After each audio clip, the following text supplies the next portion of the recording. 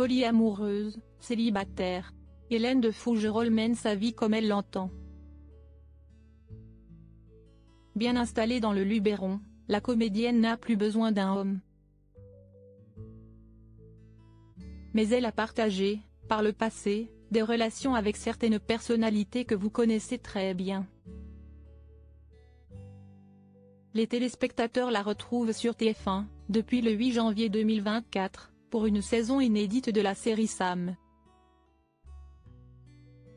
Pour cette 7e saison, une nouveauté, l'école de la professeure de français a été délocalisée à la campagne, dans un château en plein milieu de la nature.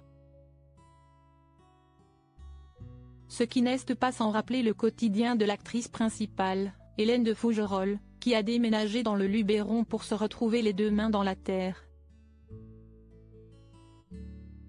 Hélène de Fougerolles a décidé de mener sa vie comme elle l'entendait. Elle ne se laisse plus dicter la moindre chose par un quelconque élan du cœur.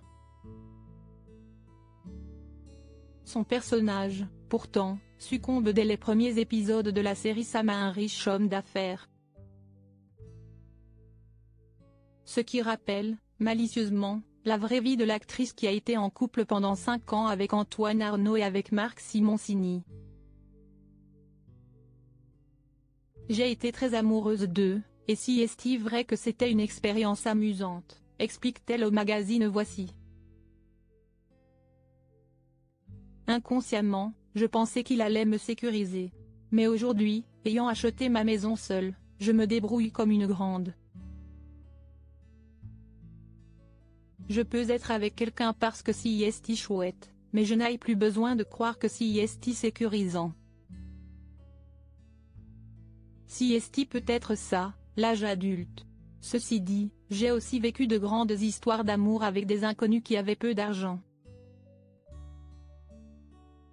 J'ai aimé très fort, pendant longtemps, un merveilleux serveur.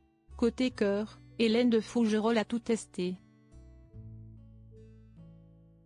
Elle a même fait grand bruit en avouant être adepte, un temps, du polyamour.